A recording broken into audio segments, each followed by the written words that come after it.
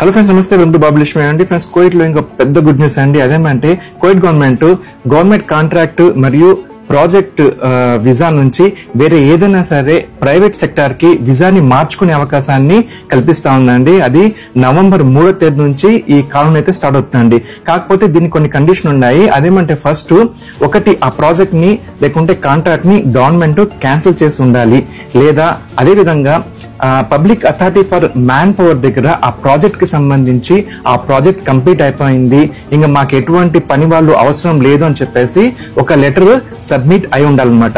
ఇంకోటి ఏమంటే ఎవరైతే ట్రాన్స్ఫర్ చేసుకోవాలంటారో వాళ్ళు ఆ ప్రాజెక్ట్ లో కనీసం 1 సంవత్సరం పాటు వర్క్ చేసి ఉండాలండి.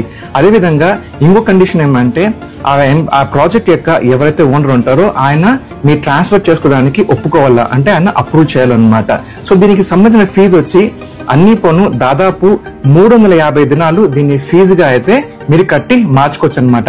సో ఇది చాలా హ్యాపీయెస్ట్ న్యూస్ అండి. ఎవరైనా సరే గవర్నమెంట్ సెక్టర్ నుంచి అంటే ప్రాజెక్ట్ వర్క్ నుంచి మామూలు ప్రైవేట్ సెక్టర్ కి మార్చుకునే వాళ్ళైతే ఈ అవకాశాన్ని వినియోగించుకోండి. ఈ విషయం మీ ఫ్రెండ్స్ తెలియజేసుకోండి. Take care, have a nice day అండి. నమస్తే ఫ్రెండ్స్.